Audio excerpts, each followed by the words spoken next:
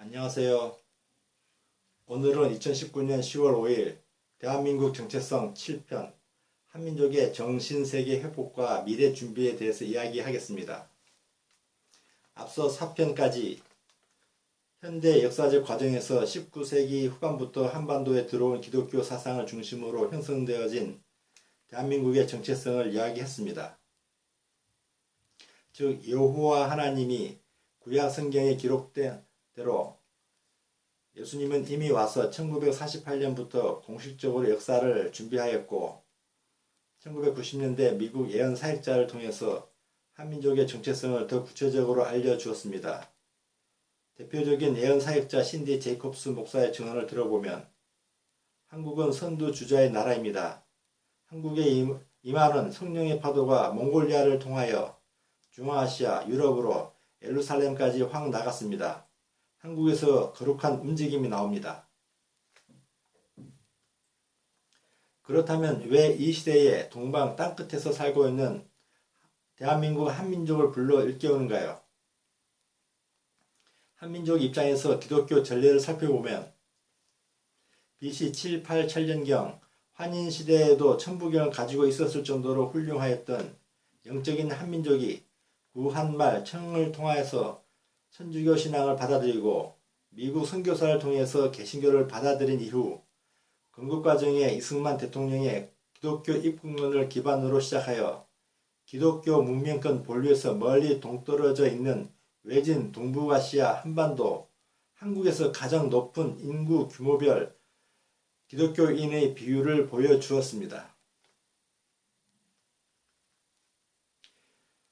이러한 한민족의 외형적인 성장은 대한민국의 한민족이 향후 하나님의 새로운 역사를 맡을 수 있다는 것을 간접적으로 알려주는 것입니다.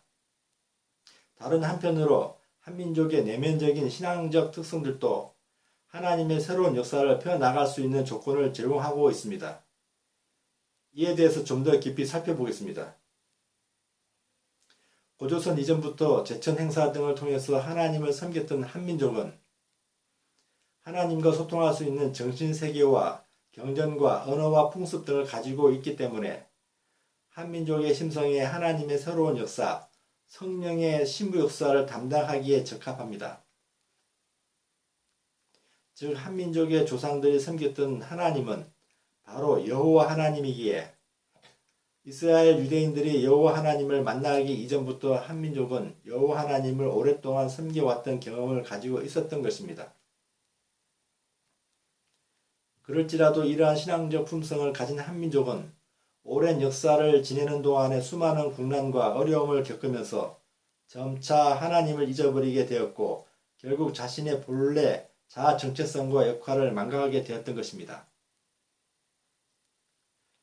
일반적으로 역사적인 국난과 어려움으로 인해서 본래의 신앙적 토대와 정신 문화적 환경을 빼앗기고 자신의 존재에 대한 자아 정체성과 역할을 상실한 민족과 국가는 더 강한 영향권에 흡수되어서 역사의 기록에서 사라지고 지도에서 지워졌습니다. 다행스럽게도 그러한 절망적인 위기의 순간에서 단군신앙으로 알려진 하나님에게 간구하였던 한민족은 하나님의 도움을 받아서 극적으로 생존을 할 수 있었고 그러한 상황에서도 한민족은 오래전부터 내면으로 잠재되었던 기본적인 신앙적 소양을 발휘하여 지금까지 다양한 형태로 세계적인 찬란한 문화재를 꽃피웠습니다.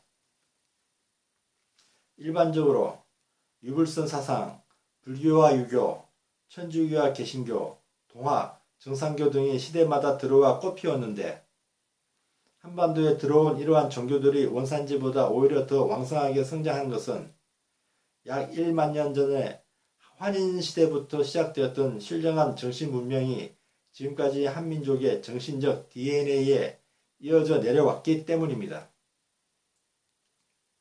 한 사람의 각 지체들이 각자의 기능과 역할을 하면서 한 가지 정신적 목적을 수행하기 위해서 연합하는 것처럼 각 시대마다 일상적인 신앙의 모습으로 보였던 이들 각 종교들은 실은 각자의 분야와 수준에서 한민족의 마음과 정신력을 연마하여 점차 더 높은 수준으로 발전할 수 있도록 기여하는 신앙적인 역할을 수행한 것입니다.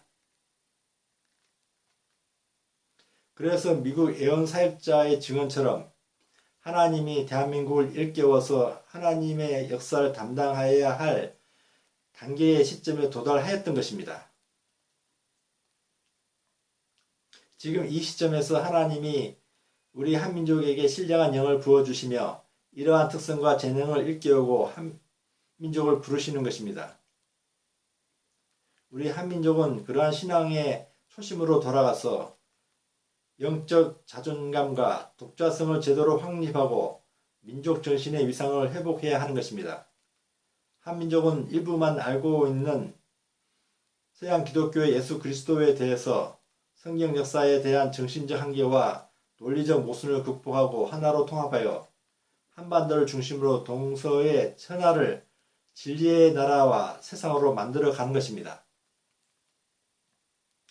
오늘 내용을 한 단계 더 깊이 이야기하며 정리한다면 원래 우리 조상이 제천 행사를 통해서 섬겼던 하느님이 바로 유대교와 기독교의 그 여호와 하나님이었던 것처럼 한민족은 본래 가졌던 천손의 자아 정체성을 재확립하고 동방의 천부경과 단군 사상에 녹아있는 구조적인 인식 틀에서 지금까지 인봉되어 있었던 예수 그리스도의 세계와 비밀을 체계적으로 완전히 풀어 설명함으로써 각 종교의 모습으로 분절되어 각각 흩어져 있는 신령한 정신세계를 통합하고 인간적인 사고의 방식의 모순과 갈등에서 벗어나서 온 인류를 진리와 진실의 세계로 인도해 나가야 하는 것입니다.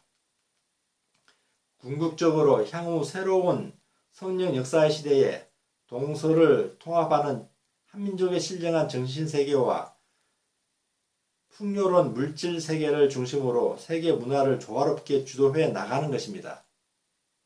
노아의 방주처럼 우리 조상이 신주단지 모시듯이 정성껏 섬겼던 여호와 하나님이 이러한 토대와 환경, 과정과 방법, 그리고 능력까지 이미 모두 다 마련하였으며 지금 남아있는 것은 오직 우리가 완전히 행하는 것뿐입니다.